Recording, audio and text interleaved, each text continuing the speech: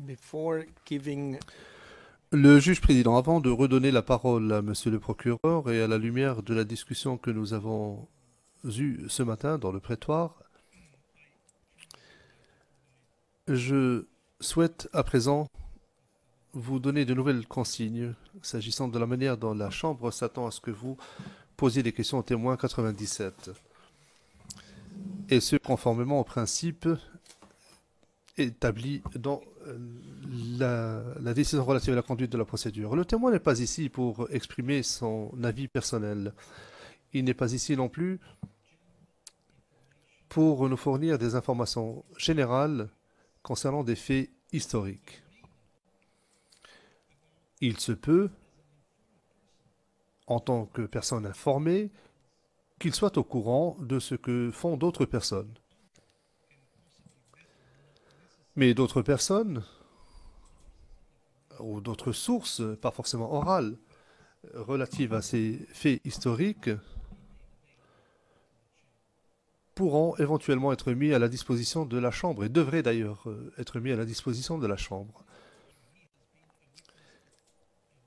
Mais si le témoin a été témoin lui-même de tels événements historiques, c'est uniquement à ce moment-là que vous êtes autorisé à lui poser des questions. Et je répète que le témoin 97 est ici à titre de témoin, en sa qualité de témoin. Il est ici pour nous parler de ce qu'il a fait, entendu ou vu. Et j'invite donc le procureur à adapter ses questions à ces nouvelles consignes. Monsieur le procureur, veuillez poursuivre. Le procureur, pouvons-nous passer à huis clos partiel, monsieur le président? Can you tell us why? Le président, pouvez-vous nous dire pourquoi? Le procureur, pour deux raisons. Pour discuter du nom dont il était question avant la pause déjeuner. Et deuxièmement, pour être en mesure de parler ou de réagir à vos consignes, les consignes que vous venez de nous donner pour que je puisse bien les comprendre, si vous voulez bien. Le président, très bien. Passons en audience à huis clos partiel, brièvement.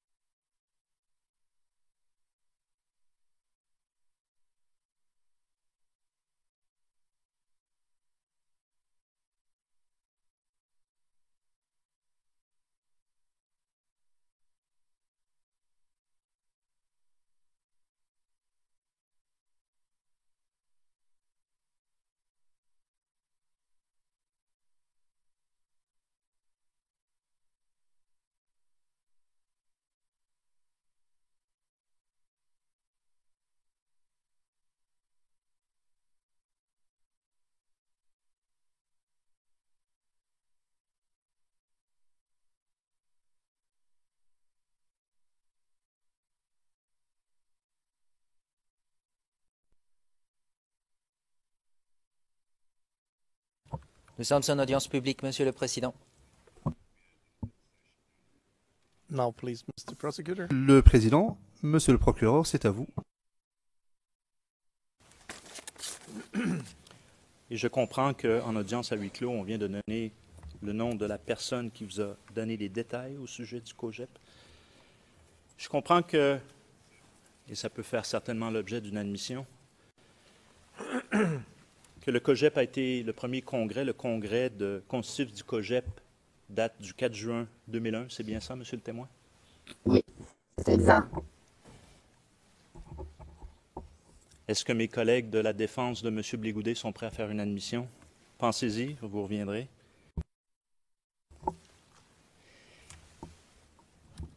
Et juste pour vous aider, c'est dans le livre de M. Blégoudet lui-même, Ma part de vérité, à la page 1304. Nous l'admettons, Monsieur le Président. Nous l'admettons. Nous l'admettons. 4 juin 2001.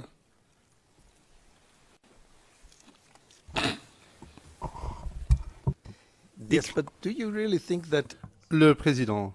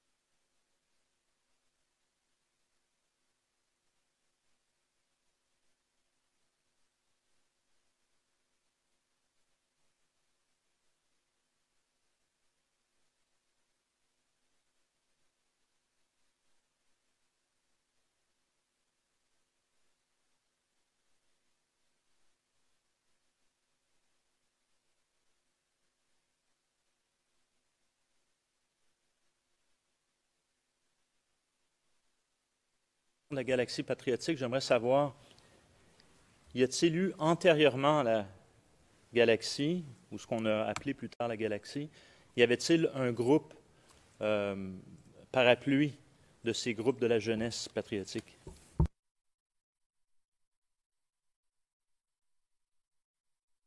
Avant, vous demandez si avant, Je vais reformuler. Lorsque M. Blégoudet revient en Côte d'Ivoire, c'est le début des grandes manifestations, comme vous venez de le mentionner, 2 octobre 2002. On va revenir à tout ça. Mais comment s'organise la jeunesse en tant que mouvement? Porte-t-elle un nom? Porte-t-elle un... oui, la jeunesse va lancer ce qu'on a appelé le mouvement patriotique, le grand mouvement patriotique. Et à l'époque, ce mouvement, c'était l'Alliance des jeunes pour le sursaut national. Ça, c'était la dénomination de tous ceux qui se mobilisaient comme mouvement jeunes patriotes. Enfin, comme acteurs jeunes patriotes, tous se fédéraient au sein de cette alliance-là. Quels étaient les groupes à l'origine de la GSN?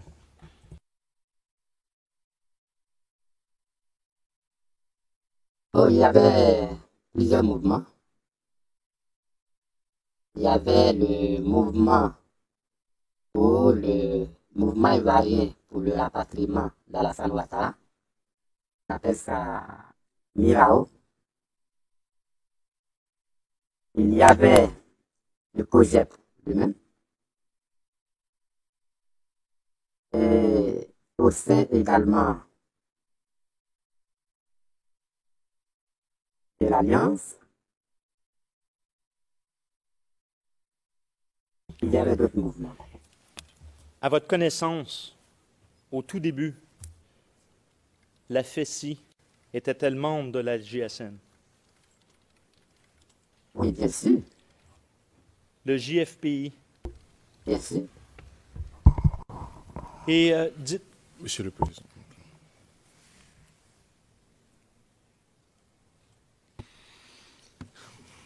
Please, Mr. Le président, oui, allez-y. Président, tout simplement attirer votre attention sur le fait que M. McDonald donne beaucoup de questions, pose beaucoup de questions subjectives.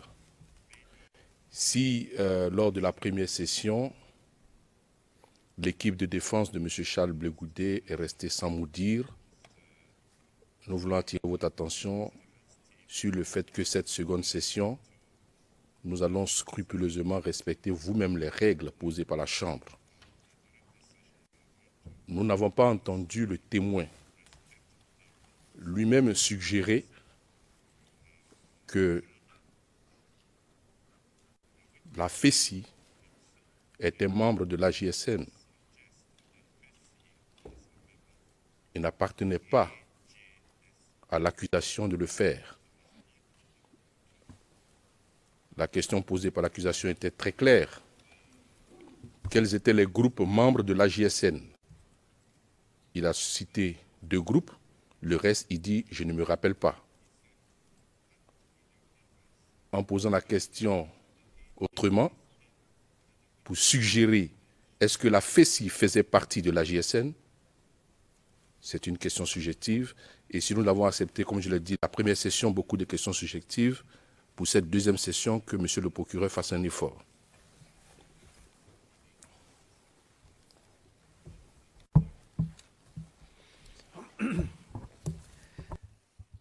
Mr. Prosecutor, Le président, monsieur le procureur, posez des questions directes, s'il vous plaît. très bien. Alors, monsieur le témoin, je vais vous montrer une pièce. Il s'agit de la pièce CIV OTP 0081-0338 de la minute 25-10-02 à la minute 25-44-10. Et Pour ce qui est de la date, je ne l'indique pas immédiatement. On va y revenir par la suite une fois qu'on va montrer l'extrait. Alors, Monsieur le témoin, regardez bien les images que l'on va voir. Nous allons présenter la vidéo qui est assez courte une première fois et après, nous allons faire un arrêt sur image sur certaines des personnes qu'on voit. Et après, je vais lire au dossier ce qui est prononcé par les personnes qui parlent.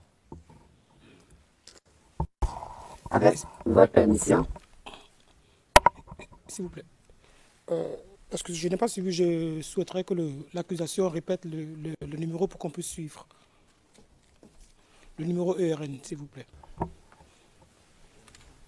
0081 0338. Mr. Witness? avec Le président, monsieur le témoin, permission, maître, je souhaiterais une minute de huis clos. Sous le contrôle de la Chambre, Monsieur le Président.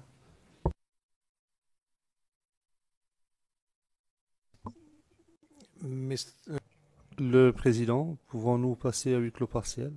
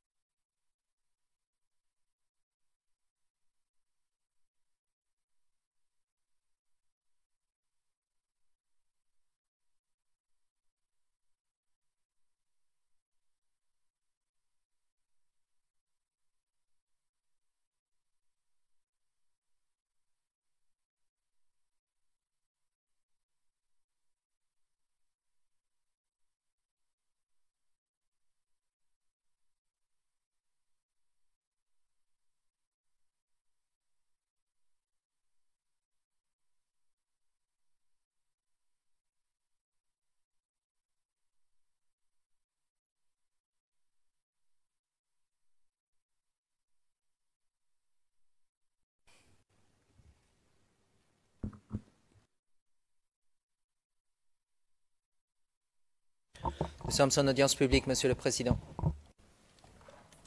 Alors, je peux confirmer, Monsieur le Président, que la pièce est publique également. Alors, on peut la présenter en public. Alors, Monsieur le témoin, regardez bien, on va la représenter une deuxième fois. Et surtout aussi écouter.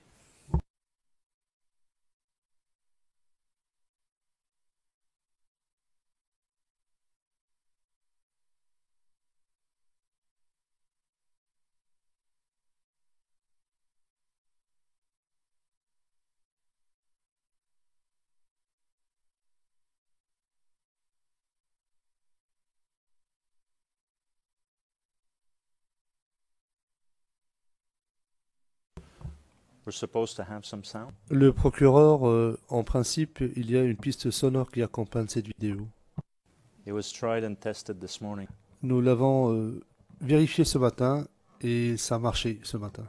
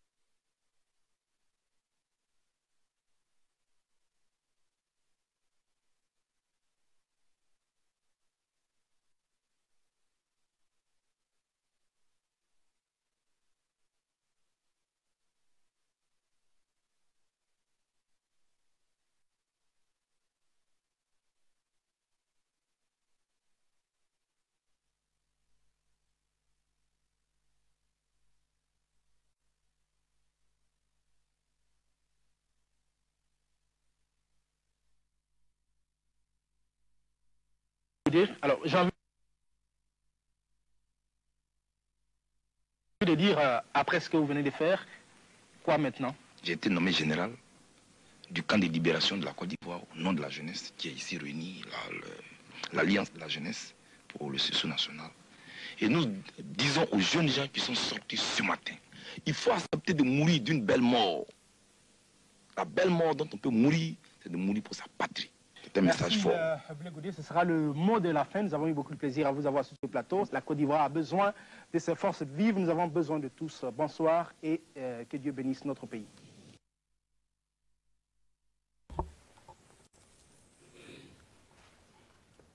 Before I ask the questions, Le procureur, avant que je ne pose ma question au témoin, je vais simplement lire au fin de l'enregistrement les propos qui ont été tenus par M. Blé-Goudé que nous venons d'entendre. de libération de la Côte d'Ivoire au nom de la jeunesse qui est réunie ici, pardon. L'Alliance de la jeunesse pour le sursaut national. Et nous disons aux jeunes gens qui sont sortis ce matin, il faut accepter de mourir d'une belle mort. La belle mort dont on peut mourir, c'est de mourir pour sa patrie. C'est un message fort.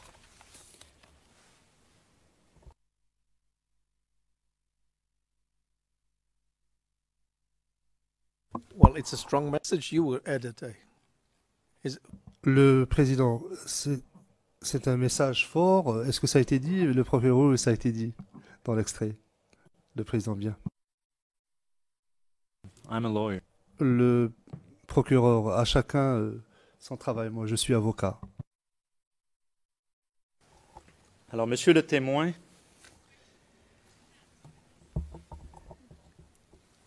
est-ce que dans un premier temps, vous avez déjà vu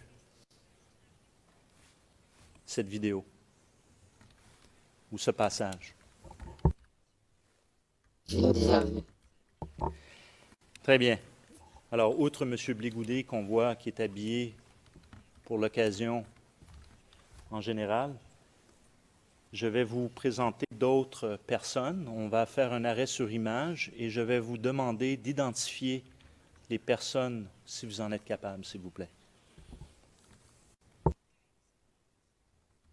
Alors, j'ai envie de dire, après ce que vous venez de faire, quoi maintenant? J'ai été nommé général du camp de libération de la Côte d'Ivoire au nom de la jeunesse qui est ici réunie, l'Alliance de la jeunesse pour le sursaut national. Et nous disons aux jeunes gens qui sont sortis ce matin. Qui est cette personne? M. Gakoury Richard. Et quel était son groupe, s'il en avait un? Quelles étaient les responsabilités de M. Gakoury Richard au sein de la JSN? Il était, comme vous l'avez dit, il était membre de la JSN, mais il dirigeait aussi la Sorbonne, qui dirigeait la Sorbonne nationale. Donc la Sorbonne nationale qui était le Parlement ou l'espace public, l'objet même de ce que nous avons discuté en huis clos. Oui, vous voyez,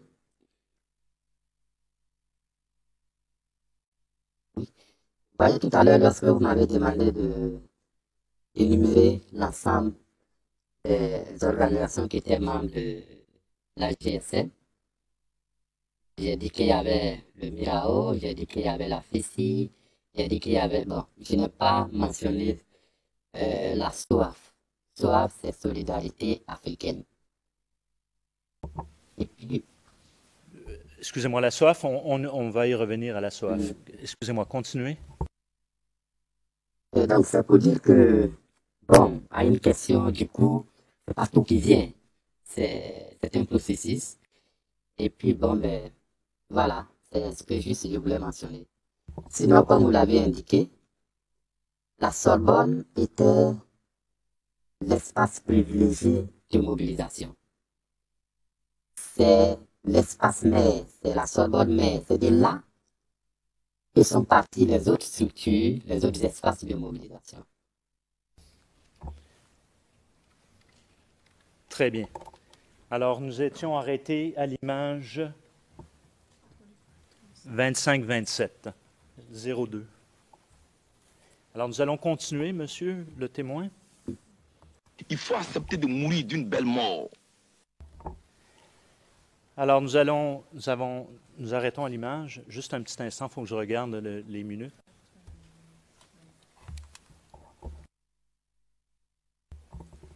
« 25, 29, 20. Qui est cette personne? Monsieur Thierry Legré. Et quel était le groupe de monsieur Legré? Monsieur Legré n'avait pas de groupe spécial parce qu'il était un transfuge du RDR. Il venait juste du RDR et même s'il avait un groupe, je ne me suis jamais intéressé à son groupe. Très bien, nous allons continuer. La belle mort dont on peut mourir, c'est de mourir.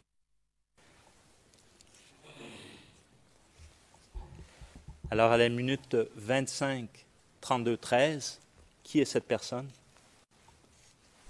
Monsieur Konaté Navigué, alors secrétaire national de la JFPI.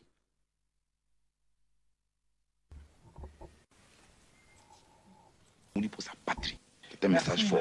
Blegoudé, ce sera le mot de la fin. Nous avons eu beaucoup. Nous sommes à la minute 35, 26, 23. 25, 36, 23. Qui est cette personne? Monsieur Jean-Yves Diboupieux, qui à l'époque était secrétaire national de la FECI. Et vous avez parlé tout à l'heure de la SOAF. Donc, oui, mais il avait aussi. Donc, je comprends bien, lorsqu'on le voit sur cette image, ici, il est à ce moment-là le secrétaire de FECI, et c'est plus tard, quand il va quitter la tête de la FECI, il va payer maintenant la SOAF. Beaucoup de plaisir à vous avoir sur ce plateau. Et maintenant, 25 38 07.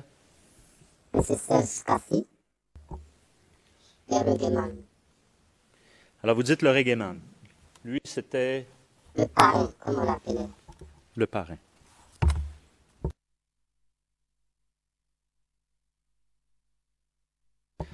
Est-ce que vous êtes capable de nous situer dans le temps? Je comprends que l'image est en noir et blanc, mais évidemment, il y a des images couleurs. C'est un effet, je comprends, du réalisateur sûrement, mais est-ce que vous êtes capable de situer? Je pense que cette image, cette vidéo, c'est juste, je ne m'abuse, juste après l'arrivée de Blegoudé en Côte d'Ivoire, après septembre 2002, et plus précisément après cette grande mobilisation d'octobre 2002. Alors, je vais vous présenter une autre vidéo.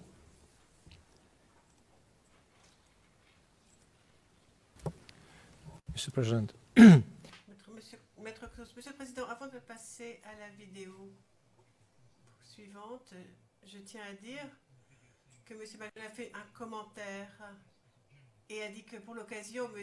Blegoudé était habillé en général. Alors, je ne sais pas vraiment ce qu'il en est. Bon, de toute façon, on ne sait pas du tout que c'est un uniforme de général, le président, oui, en effet. Enfin, moi, j'avais une autre idée, mais je ne vais pas en parler. Allez-y, Monsieur McDonald. Sorry, I need a moment.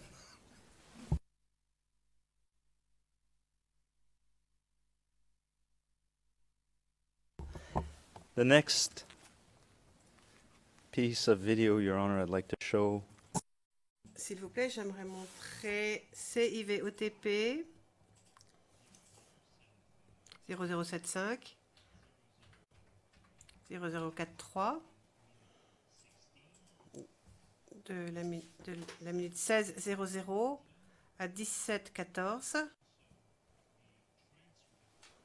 Une transcription existe. Je vous donne la cote. 0087 0089. Suite aux témoignages que vous avez donnés jusqu'à maintenant, nous allons vous présenter une autre vidéo. Je vais vous demander de regarder et après, je reviens vers vous avec des questions. Merci.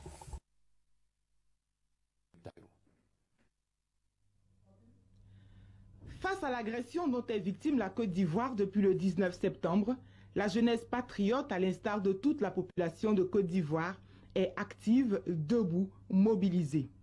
Les jeunes patriotes ne cessent de donner de la voix à travers conférences de presse, marches, meetings.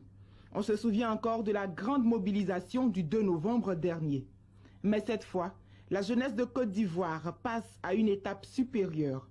Rassemblés dans un même espace, les jeunes d'Afrique, ici même à Abidjan, pour réfléchir ensemble sur le cas de la Côte d'Ivoire et démontrer ainsi la solidarité africaine et le soutien de toute la jeunesse dans cette situation de guerre.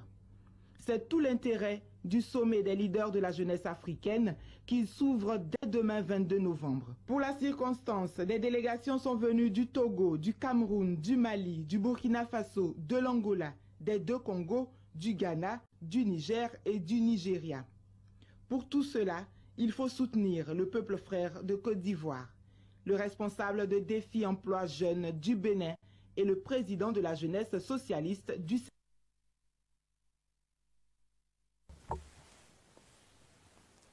Alors, monsieur le témoin, ici, il est fait mention d'une manifestation. On voit M. Blégoudet habillé de la même façon qu'on l'a vu à l'image précédente, et on situe ça le 2 novembre 2002. Est-ce que vous vous rappelez, lorsque vous avez mentionné le 2 octobre 2002, est-ce que c'est à ce rallye que vous faites référence? Parce que... Merci, maître. Oui. Je pense que, avant de commencer, je vous ai indiqué qu'il y avait beaucoup de problèmes avec les dates. Ça va me suivre un peu. Sinon, je voulais plutôt parler de la mobilisation du 2 novembre. Au plateau, à la place de la République.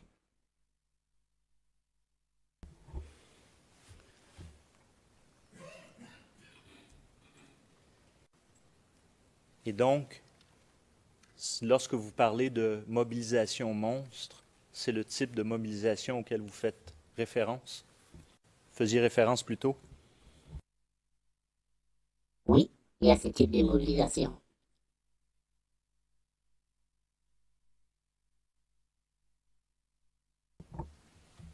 Je vais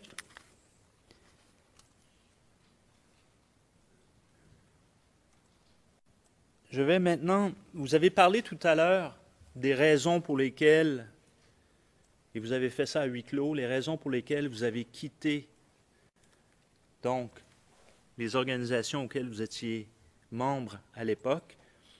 Et je vais vous montrer deux photos tirées de cette rencontre, de cette mobilisation du 2 novembre 2002.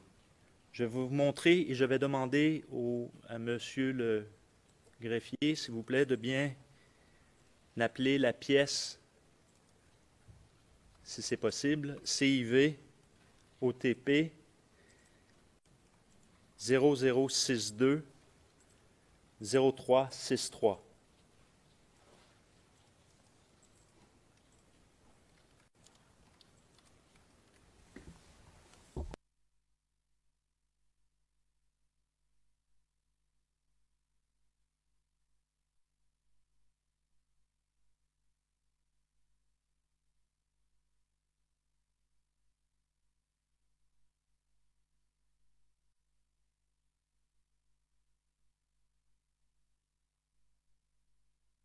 C'est une pièce publique.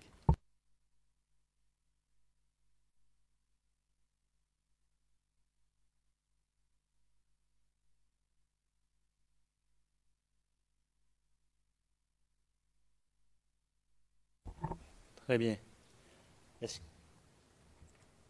On remarque sur cette pièce, est-ce qu'on peut la projeter?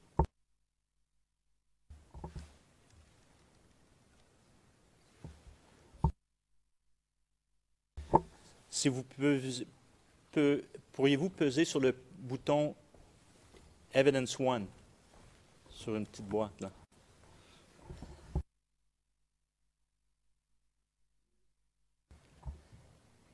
Est-ce que vous voyez la pièce?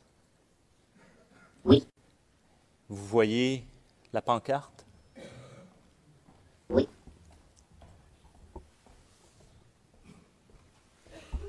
Je suis xénophobe. Et après?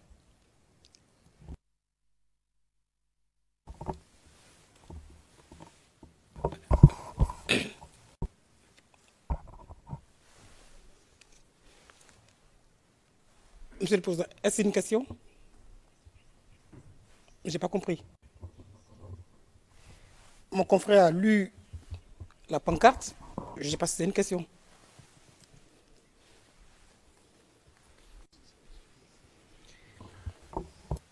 Alors, ma question est la suivante. Le Président, je pense que maintenant nous allons voir la question. Enfin, c'est ce que je pense. Alors, la question arrive-t-elle? Monsieur McDonald, mais elle arrive. La voilà. Maître Rocher, j'ai un commentaire supplémentaire. Mon éminent confrère a dit « je suis xénophobe » et après, moi, je suis xénophobe après. Et le mot qui est devant après, je ne le vois pas. Donc je trouve que Monsieur McDonald a lu quelque chose qui ne se lit pas, le Président. Non, non, il n'y a que la moitié du mot qui est couverte. On voit bien le « e ». Cela dit, enfin, on ne va pas quand même se lancer dans ce genre de débat futile. Bon, vous n'auriez pas dû le lire. Vous auriez plutôt dû demander aux témoins ce qu'ils lisent. Ça aurait été plus efficace. Plutôt que de toujours sauter le pas, aller trop vite, anticiper, ralentissez un peu et demandez-lui que lisez-vous sur cette pancarte. Monsieur McDonald, j'aimerais donc maintenant faire afficher une autre image du même meeting. Le Président, vous voyez le E quand même, Monsieur Maître Rocher? Oui, ça ressemble plus ou moins à au moins la moitié d'un E. Le Président, oui, une bonne moitié. Maître Rocher, mais c'est pas comme ça qu'on épelle. Ce n'est pas comme ça qu'on épelle « et ». Enfin, je sais que mon français est épouvantable, mais quand même. Le Président, moi aussi, je sais épeler « et » en français. Oui, oui, moi aussi, je sais le faire. Mr. Prosecutor, please proceed. Président, pouvez-vous poursuivre, Monsieur McDonald? Monsieur McDonald, pouvez-vous avoir CIV OTP 0062 0364, c'est la pièce qui suit celle que nous venons de voir à l'écran.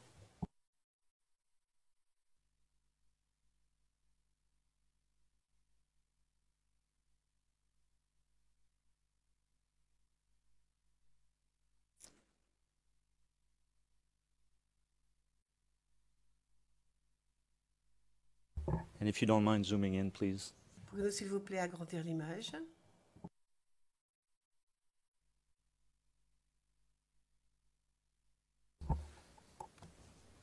Maybe I should ask Mr. O'Shea. Je devrais peut-être demander à Maître Rocher ce qu'il lit maintenant. Désolé. Non, monsieur le témoin, pourriez-vous... En mesure de lire sur la pancarte, s'il vous plaît. Je suis xénophobe et après. Alors, revenons plus sérieusement. À ce moment-là, de telles pancartes, de tels des discours xénophobiques, vous étiez présent, vous êtes dans le pays, est-ce que c'était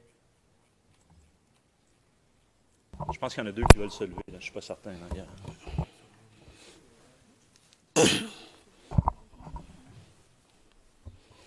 Je crois que... Monsieur le Président, je ne vois pas de discours xénophobe ici. Ce que mon confrère dit, c'est un commentaire.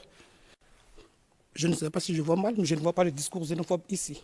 Ici, il n'y a pas de discours xénophobe. Et donc, peut-être qu'on pourrait inviter le confrère à poser correctement une question. I see just a statement. I don't know if... Le Président, je ne vois qu'une déclaration. Enfin, c'est une opinion. Je ne sais pas ce qu'il en est. Alors, reformulez. Vous avez quitté les mouvements auxquels vous apparteniez. Pardon? Vous avez précisé plutôt à huis clos les raisons pour lesquelles vous avez quitté, n'est-ce pas, les mouvements auxquels, ou le mouvement auquel vous apparteniez. Maintenant, nous sommes en 2002, nous sommes le 2 novembre 2002. De telles pancartes était-ce quelque chose qui était... Can you not just pose the question? Le Président, allez à la question. Monsieur McDonald, j'y arrive. Le Président, non. Vous avez repris. Voilà ce que vous avez dit à huis clos partiel, patati, patata. Posez la question. Est-ce que c'était un phénomène anodin dans les rallyes de la jeunesse patriotique ou c'était quelque chose qui était récurrent? Je suis xénophobe et après, je pense que ça me fait appeler tout le contexte, même pas seulement le contexte de 2002, mais toute la dynamique qui a commencé juste après le coup d'État de 1999. Je vous ai dit qu'à partir de cet instant, il y a eu une radicalisation du discours. Des discours anti-étrangers, des discours contre les ressortissants de la CEDEAO. Et lorsque vous voyez je suis xénophobe et après, c'est une tentative de justification pour dire que ça n'a pas commencé ces jours-ci. Le Président interrompant. Une minute, je vous interromps. Comment savez-vous cela? Question simple. Comment savez-vous cela? J'aimerais intervenir parce que tant que l'accusation posera ce genre de questions, on assistera à ça. Tant que l'accusation fera exprès de poser ce genre de questions, on assistera à ce genre de commentaires. Je pense que vous avez donné des directives assez claires qu'on doit faire un effort pour respecter. On ne peut pas demander poser une pancarte comme ça et demander de manière délibérée aux témoins de donner un commentaire. C'est ce qui s'est passé.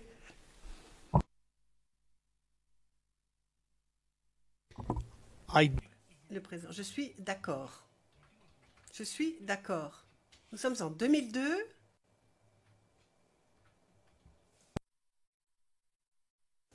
Your Honor. En 2002, écoutez, c'est un contexte important pour 2011.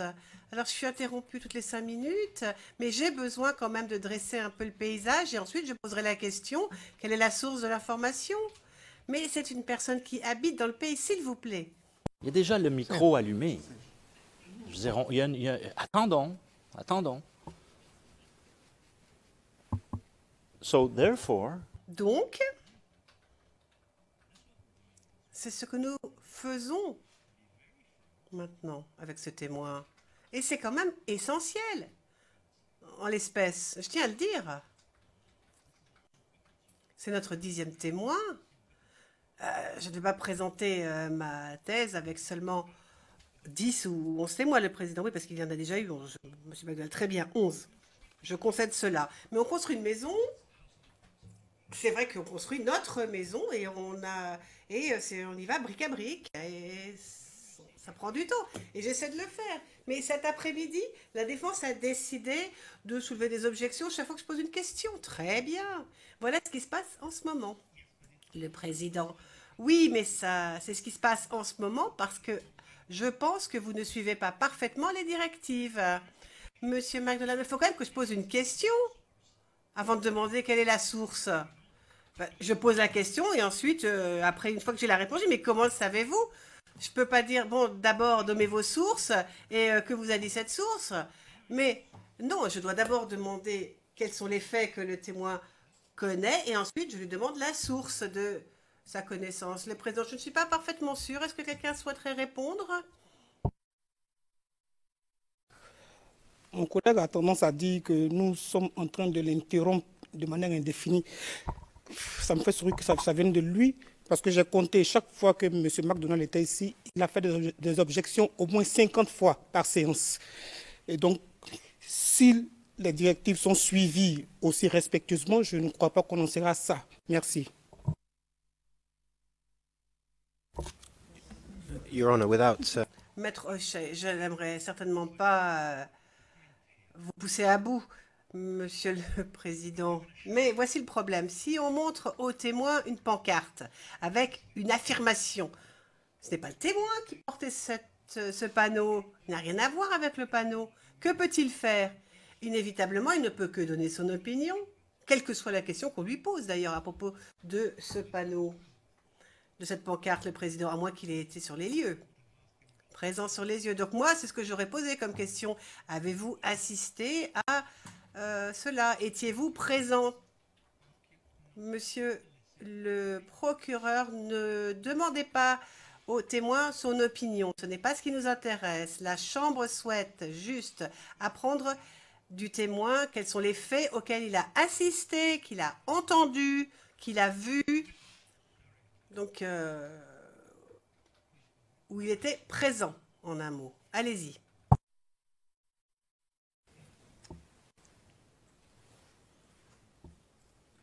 Venons-en au Parlement et Agora. If you allow me just a second. Une minute, s'il vous plaît, Monsieur le Président.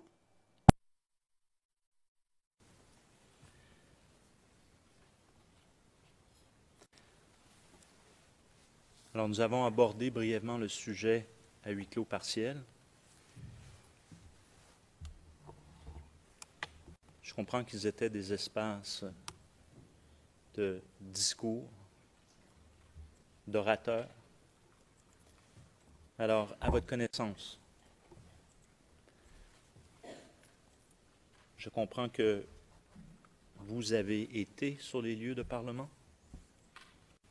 Beaucoup de fois. À huis clos partiel, vous avez même donné une moyenne que je ne répéterai pas.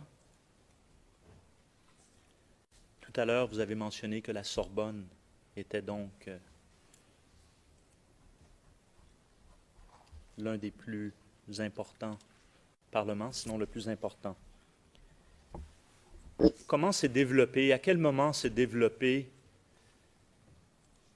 le phénomène des agoras et parlements?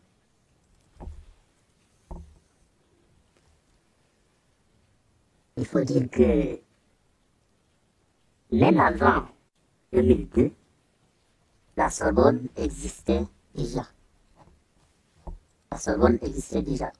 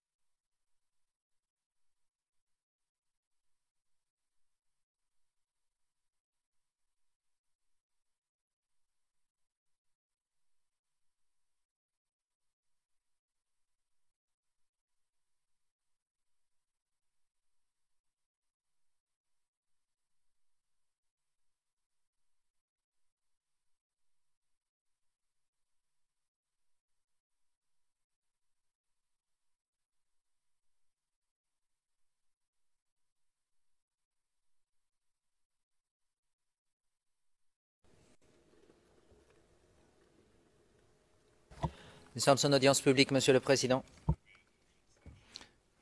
Thank you. Le Président, je vous remercie. Je pense qu'en l'occurrence, le huis clos partiel était justifié. Monsieur le procureur, veuillez poursuivre. À Yopougon, Monsieur le témoin, combien de parlements pouvait-il y avoir à son plus haut, à son moment le plus, disons, au moment de la crise, à titre d'exemple, crise post-électorale, combien de parlements pouvait-il y avoir à Yopougon? Pas la crise post-électorale, hein? Vous voulez demander la période de la crise post-électorale? Excusez-moi, la période électorale. Ok.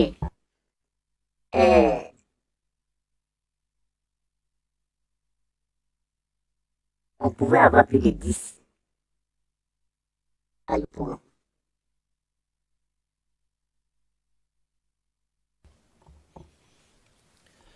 Qui contrôlait ces espaces, comme celui de la Sorbonne, à titre d'exemple?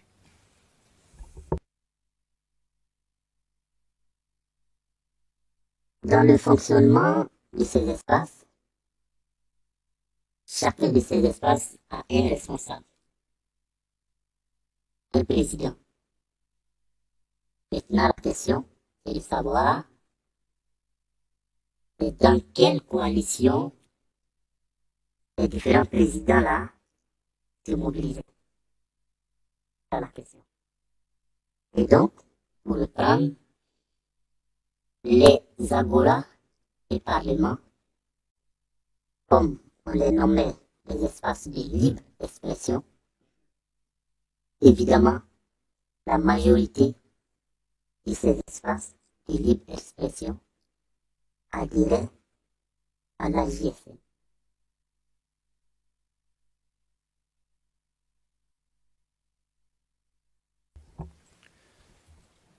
À votre connaissance, et si vous pouvez nous indiquer la source de cette information, quitte à regarder un numéro sur la feuille que vous avez, comment étaient-ils financés, les parlements et les agoras?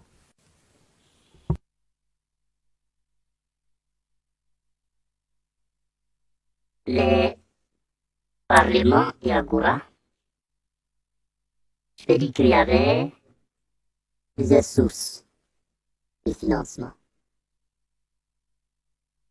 La première source était d'abord interne, c'est-à-dire il y a eu des activités développées dans ce parlement qui faisaient générer de l'argent.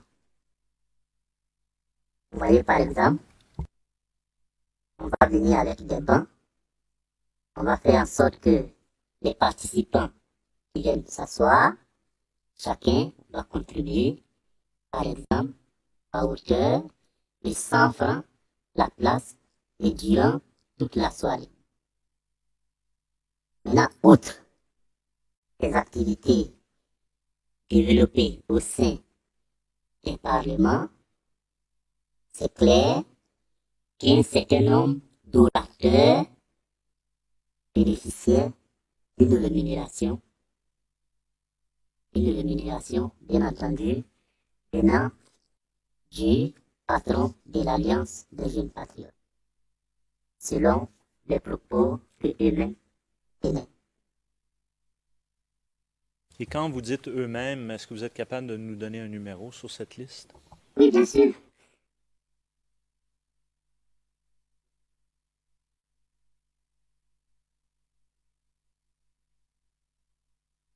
Vous avez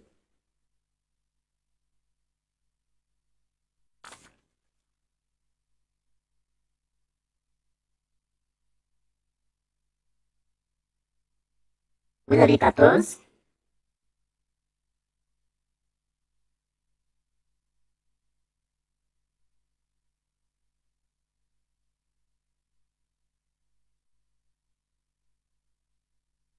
Vous avez 18.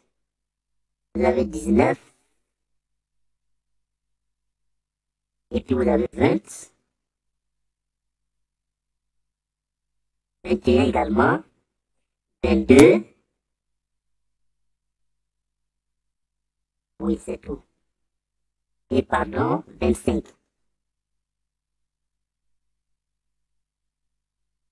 Je voudrais préciser que, par exemple, 25, il n'était pas orateur, mais puisque vous me demandez la source, enfin, et l'information selon laquelle les gens recevaient une rétribution.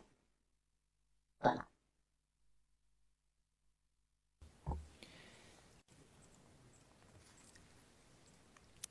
L'on remarque à un certain moment certaines activités autour du Parlement lui-même. Il y a une vie. Est-ce que vous êtes en mesure de nous décrire ce qu'on voit autour, dans, pas l'espace lui-même, mais où il y a les orateurs, il y a les chaises, mais ce qui forme souvent un carré? Il y a, comme vous l'avez indiqué, toute une vie économique. Il y a parfois par exemple, je prends le cas de la Sorbonne au plateau. Vous aviez des magasins qui sont tenus par des commerçants. Et cela veut dire qu'il y a quelque chose mensuellement, ces commerçants et ces magasins. Et en plus, il y avait la restauration. Les tenantes de ces restaurants également payaient quelque chose quotidiennement. Et puis, vous avez toute la masse de militants ou bien des gens qui viennent écouter, ils sont dans une tribune, et ceux-là que je parlais, ils contribuaient également.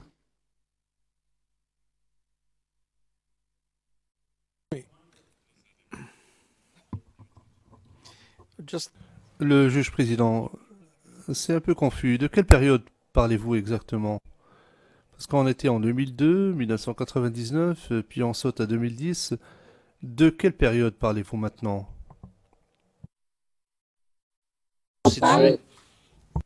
On parle de la période à partir de 2002. Et mieux, quelques mois après, 19 septembre 2002.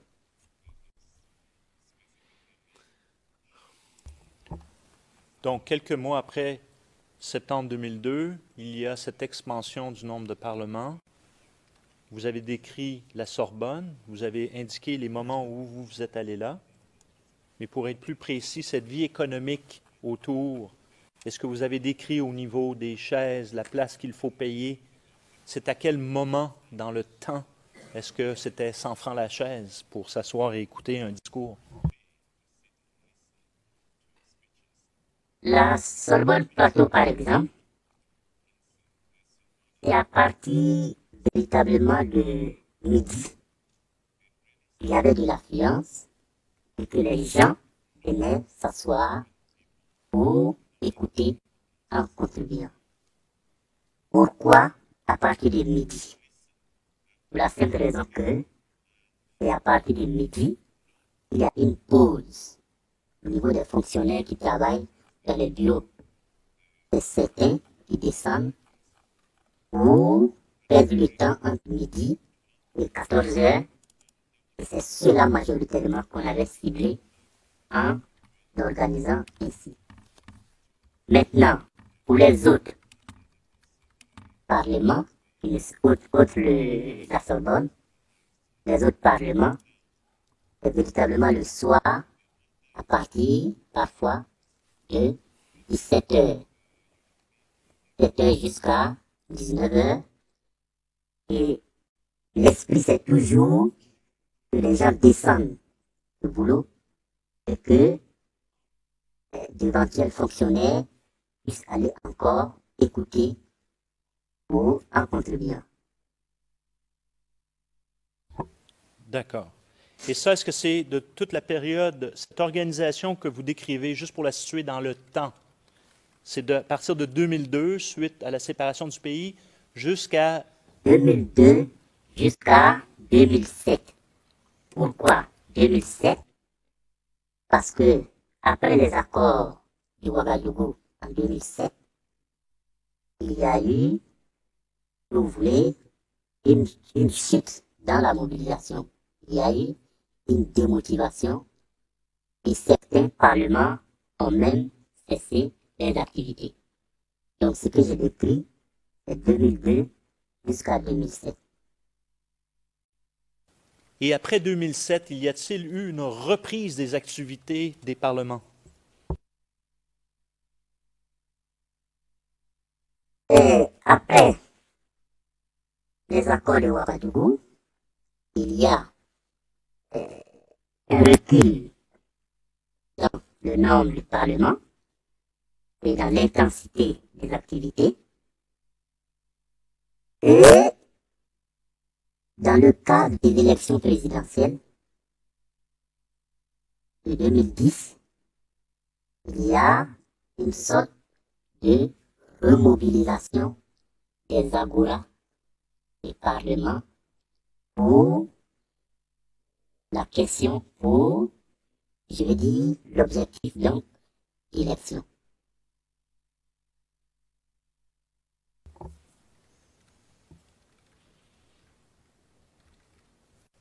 Je vais vous montrer, Monsieur le témoin, une vidéo qui est la pièce CIV OTP 0052 0673 de la minute 2:05 à la minute 3:01:14.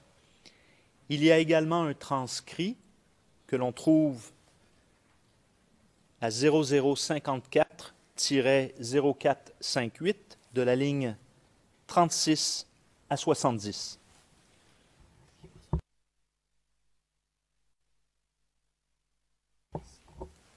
Et Monsieur le témoin, Evidence 2.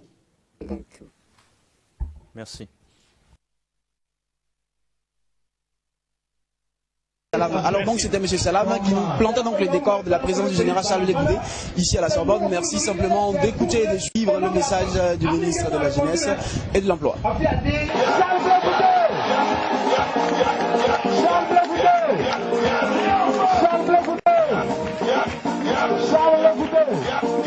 Voilà, le général Charles Légoudé, voilà, on a l'occasion, voilà de le saluer comme ça. Nous devons compter sur nous-mêmes d'abord. Et si de 2005 à aujourd'hui, malgré le fait qu'on a tout le monde entier contre nous, nous résistons encore et que ce pays est encore là, c'est parce que nous comptons d'abord sur nous-mêmes. Et on doit continuer de compter sur nous-mêmes.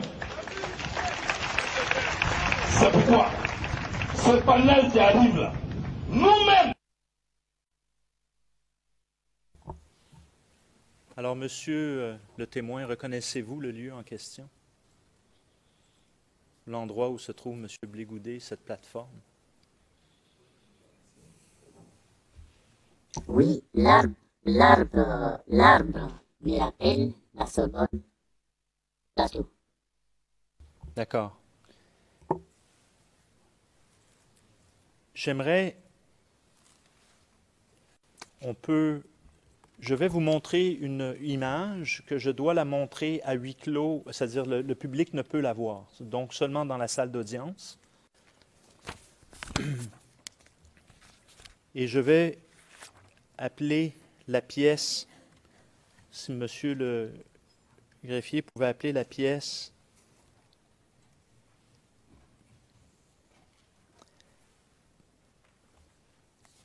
excusez-moi une petite seconde, 0081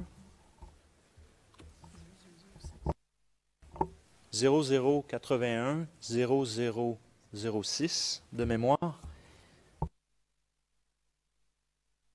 et plus spécifiquement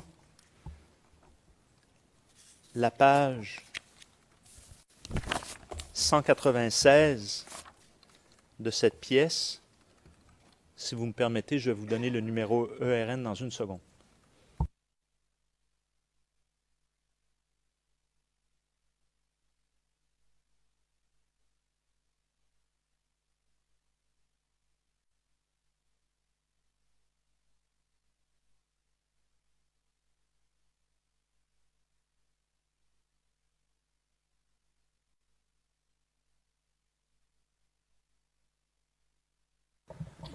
Mr. President, in the prosecution list, Maître Knops, Monsieur le Président, dans la liste fournie par l'accusation, ce document est indiqué comme étant document public. Le procureur, pardon, Maître Knops, oui, c'est un document public tel qu'il figure sur votre liste. Monsieur MacDonald, oui, c'est sur la liste.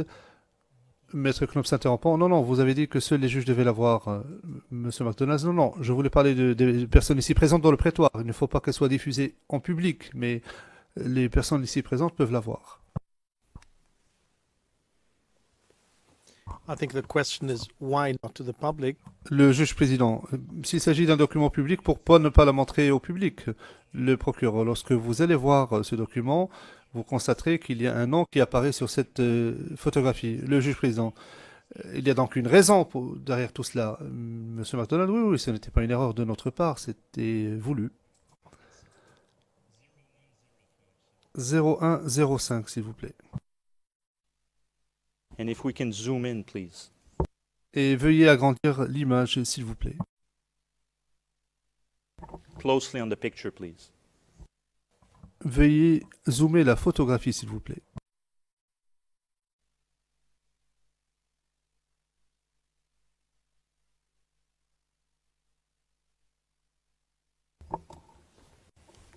Evidence 1. Au revoir.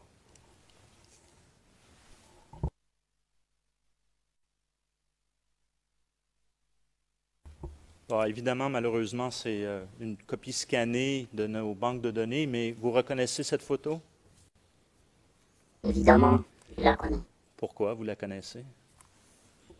C'est ma photo à moi, c'est moi qui l'ai pillée. D'accord. Alors, vous avez fait référence... Qu'est-ce qu'on voit? À gauche, on voit l'immeuble qui est à la Sorbonne. Et puis, c'est tout le marché dont je parlais tout à l'heure, à la fois les magasins, la restauration, les femmes qui vendent à manger. Donc, la vie économique autour du Parlement de la Sorbonne au Plateau. C'est ça. Et cette photo a été prise à quelle date environ? Je l'ai prise en 2009. D'accord. Alors, si on pouvait retirer l'image, s'il vous plaît.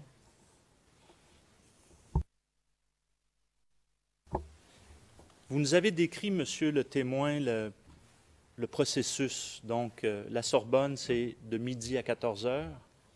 Et après, en soirée, il y a les parlements, les autres parlements, des autres quartiers. Est-ce qu'il vous est arrivé d'aller à la Sorbonne et après en soirée d'aller écouter le discours d'une même journée? Bien sûr. Pourquoi la Sorbonne était-elle de 12 heures à 14 heures et les autres en fin de journée? Outre le fait que les fonctionnaires retournent à la maison, est-ce qu'il y avait d'autres raisons? La Sorbonne, c'est à la Sorbonne d'abord que les responsables des autres parlements, à la fin des villes, et des autres quartiers, c'est à la Sorbonne qu'ils viennent prendre des informations essentielles à véhiculer par la suite. Donc, vous constatez que, à partir du matin, pratiquement les orateurs de pratiquement tous les Agora et Parlement se retrouvent d'abord à la Sorbonne, et ce, jusqu'à 14 heures, pour décrypter l'actualité nationale et internationale, et ensuite définir ce qui va être dit dans les autres Parlement. En soirée ou en fin de journée.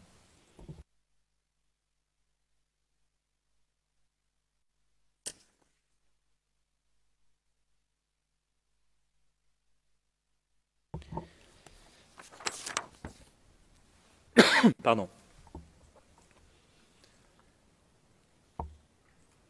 À votre connaissance, quitte à nous indiquer les sources toujours, qui contrôlait le message des orateurs? Ou était-il contrôlé même? Vous parlez de décrypter donc l'actualité, mais qui décidait du contenu?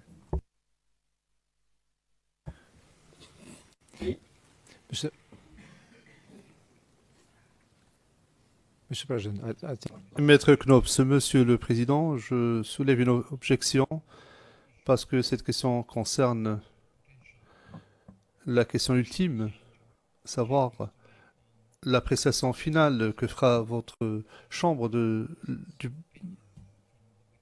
la question du contrôle. Deuxièmement, la question est posée d'une manière qui suscite une objection de notre part. Le Président, Monsieur le témoin, pour ce que vous en savez, et dites-nous comment vous le savez, est-ce que les gens étaient libres de dire ce qu'ils voulaient dire? Est-ce qu'ils étaient libres de leurs propos? Non, Monsieur le Président, il ne faut pas être naïf. Jusqu'en 99, on pouvait dire tout ce qu'on veut à la Sorbonne. Mais, de 2002... Wait a minute. Le Président, un instant. Oui. Lorsque vous faites une affirmation, j'aimerais que vous nous précisiez comment vous le savez, qui vous l'a dit, si vous l'avez appris de source directe, mais veuillez nous décrire cela. Allez-y. Avant 2002, comme je l'indiquais, quand on arrive à la Sorbonne, on pouvait voir des acteurs d'obédience politique, et différentes obédiences politiques venir s'exprimer. Ça c'est vrai. Et à partir de 2002, comme je vous ai parlé des orateurs,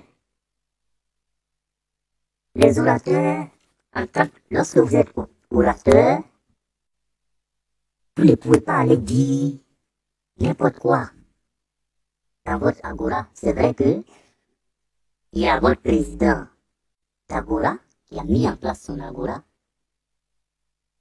Mais pour ce qui est du discours, des thématiques à aborder,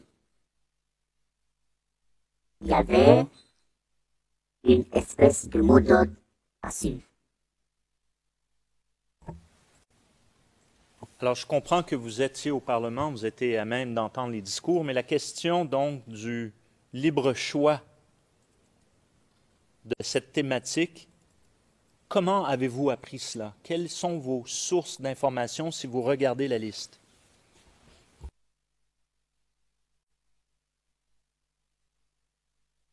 Il y a 23, et puis il y a 20, mais aussi 18. Il le disait clairement.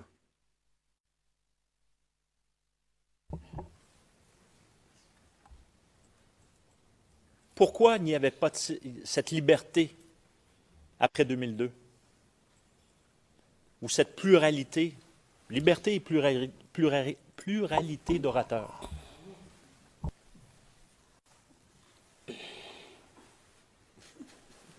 No, that's an opinion. Le Président, à ce moment-là, vous l'invitez à faire part d'une opinion. Le procureur, à moins qu'il le sache, le procureur, en tout état de cause, ce serait une opinion. Est-ce que quelqu'un vous l'a dit? Si oui, qui vous l'a dit? Que vous a-t-il dit? Voilà le genre de questions.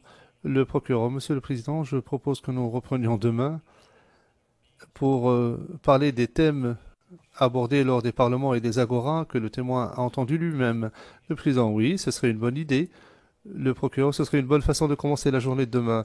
Le président, de toute façon, il est 16 heures maintenant. Nous allons lever l'audience et nous reprendrons demain matin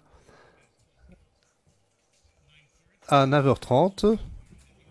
Mais pas avant d'avoir donné la parole à 1, 2, 3 représentants de la défense de M. Blégoudet. Et je peux imaginer pourquoi.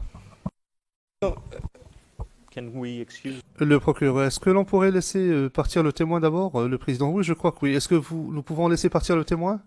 On peut laisser partir le témoin. Ok, Mr. Witness. Le président, très bien. Monsieur le témoin, vous pouvez rentrer chez vous pour vous reposer. Nous allons nous revoir demain matin à 9h30, comme nous l'avons fait aujourd'hui. Merci beaucoup. And I give the floor. Et sur ce, je donne la parole à l'équipe de défense de Monsieur Blégoudet, Maître Bougnon. Le procureur, nous sommes en audience publique. Le président, oui, nous sommes en audience publique. Bien, allez-y.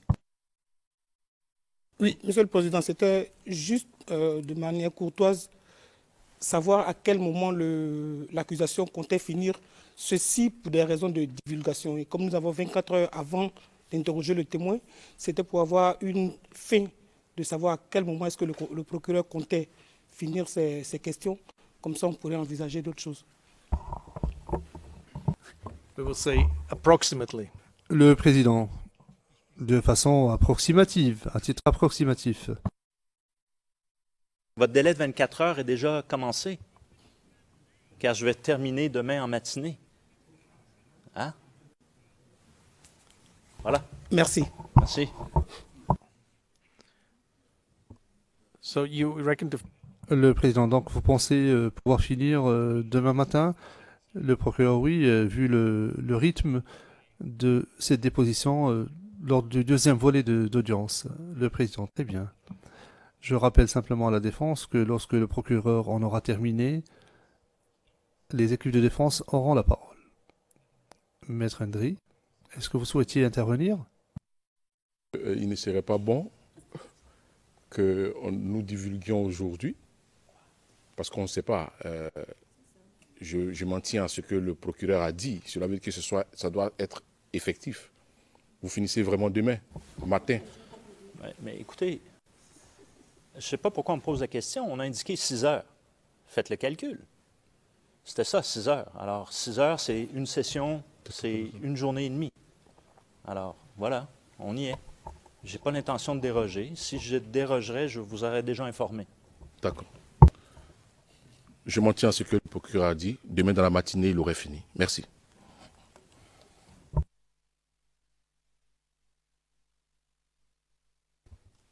Yes, me too. So... Oui, oui, moi aussi. Enfin, je ne sais pas ce qu'il doit divulguer, mais il s'engage à en avoir terminé demain en fin de matinée. Alors, travaillez avec cela. Nous levons la séance et nous reprendrons demain à 9h30.